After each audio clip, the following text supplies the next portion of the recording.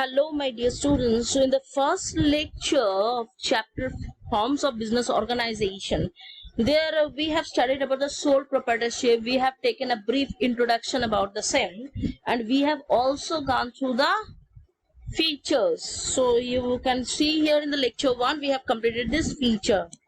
Now, we will move towards the advantages of the sole proprietorship business.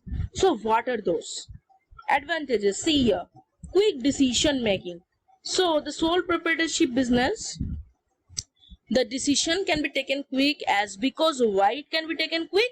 Because he is the only owner, he is the only person who is the responsible person for taking all the decision, as he is bearing all the risk of his own, as he is the having the unlimited liability.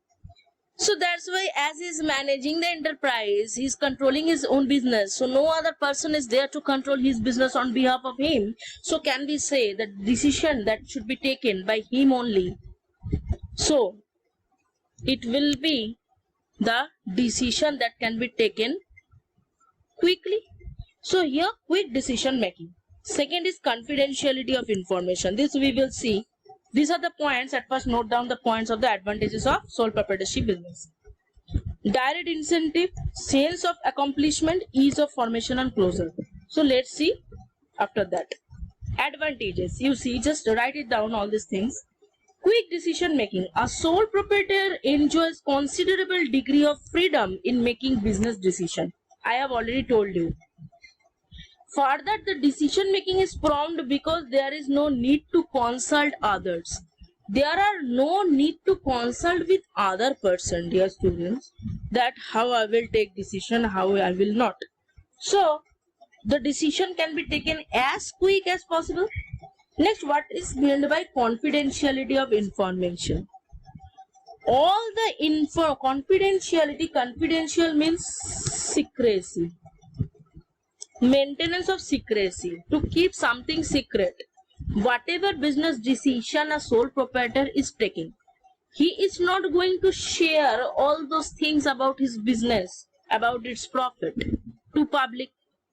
Easy says you when you are going to take a pen, okay, will he tell you that how much is his profit or not? That is the informal communication. Sometimes as because due to good relation they used to discuss, but that is not mandatory. I am telling from the point of legal, from legal point of view, I am telling the fact that the maintenance of secrecy can be done in case of sole proprietorship business. He don't have to share all the business secrets with others. So as because he is the sole decision maker, sole decision making authority enables the proprietor to keep all the information related to business operations confidential and maintain secrecy. Is that clear? Next is direct incentive.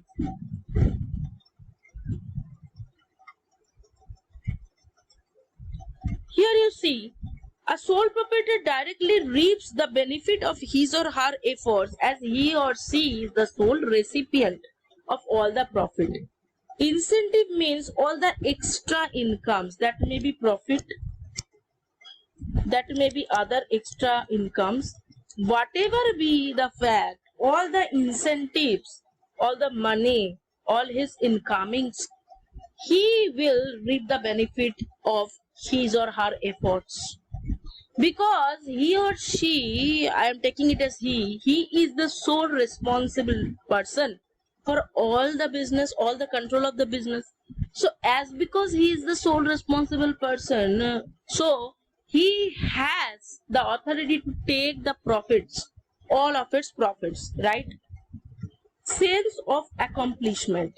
There is a personal satisfaction involved in working for oneself. Yes. What is meant by sense of accomplishment? Whenever you are working for only yourself, then what you can do? You can accomplish your own purpose, own goal, own objective. Nobody will be there who will come to interact in your decision making process. So this is a sense of accomplishment. Many person want that I will not be having any boss above me. Whatever decision I will take, whatever profit I will earn, whatever the things I will control, if each and everything will be in my hand only. I don't need any boss. For them, the sole proprietorship business is quite good. Ease of formation and closure. What is meant by ease of formation or closure and closure? There is no separate law that governs sole proprietorship. As you know, that when you are going to form a sole proprietorship, I have already told in case of when we are studying the features, that there is no separate law that governs the sole proprietorship, if you can remember this. And hardly any legal formalities are required to start business, right? So, in some cases, one may require a license only.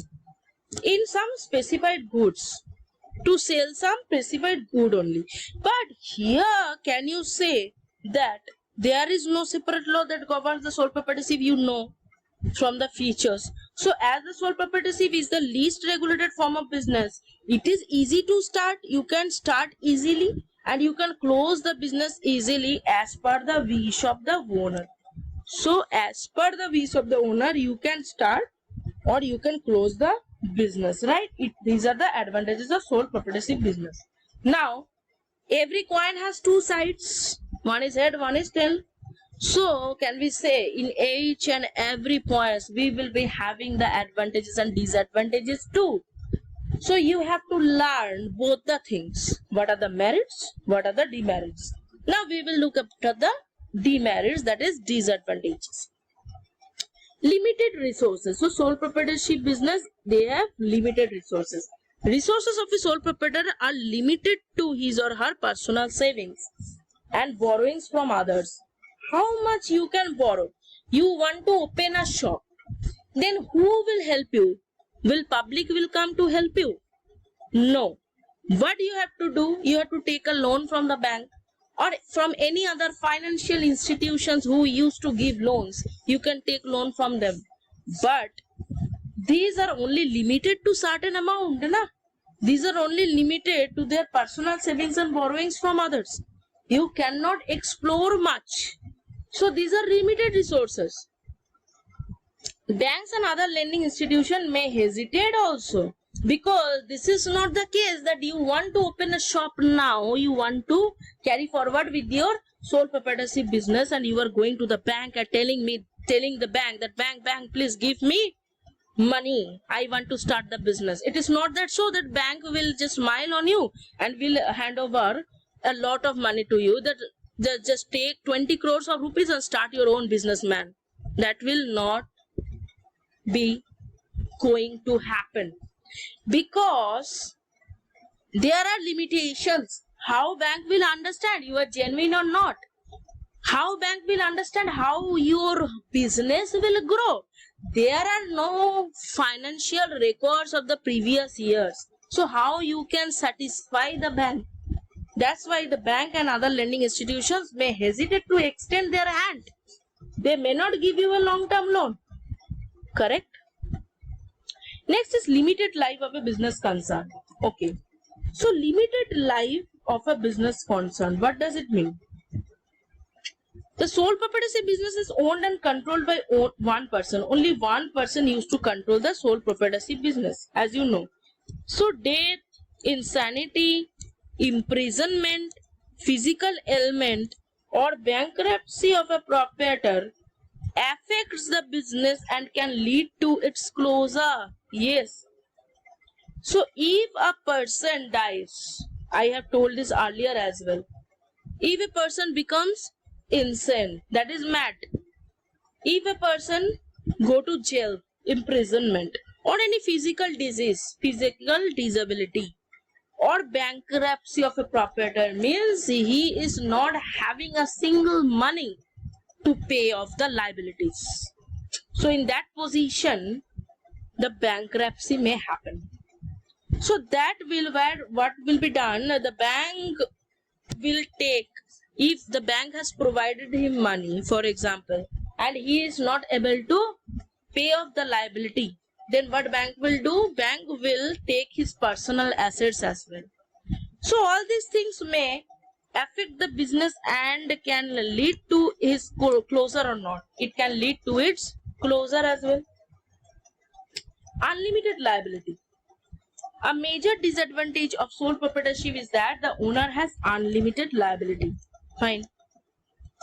If the business fails, the creditors can recover their dues not merely from the business assets but also from the personal assets of the proprietor. So if the business fails somehow, the creditors can recover their dues or not? Yes, the creditors can recover their dues. Creditors means those who will get money from you. They once upon a time, not once upon a time in Mumbai. So once upon a time, the creditor has provided you the goods. Now it's time to return back their money. It may happen they have provided you the goods on credit basis. That after 3 months, see man, I am just giving you the goods. After 3 months, you just pay me back the money. 1 year has passed, you are not paying the money. What creditor can do? He can file a suit against you. That is, file a case against you in the court and can recover their dues, not from the business assets only, but from your personal assets as well. So we can say there is a unlimited liability. Limited managerial ability. The owner has to assume the responsibility of varied managerial tasks such as purchasing, selling, financing, etc. So the owner, what the owner has to do, he has to assume the responsibility of the various managerial tasks such as the purchasing, selling, financing, each and everything he has to take decision, as because he is the sole proprietor, sole, alone, only proprietor of the business. So as because he is alone, he is controlling his business on his own. So purchase, sale, finance, each and everything he has to see on its own. So it is very difficult because a person only have 24 hours in his hand. So each and everything, if a person starts looking after it, it will become very difficult to handle the situation. He cannot take the overload. So it is rare to find an individual who excels in all these areas. Each and every areas. It is not possible that you are excellent in each and everything. I am excellent in each and everything. There may be lacunas. There may be weaknesses. So thus decision making may not be balanced in all the cases. These are the completion of the sole proprietorship business. Okay. Next, just we will carry the joint Hindu family business. This is the second category of the business, right? So up to lecture number 2, you just completed first. Then on lecture number 3, we will continue the joint Hindu family business.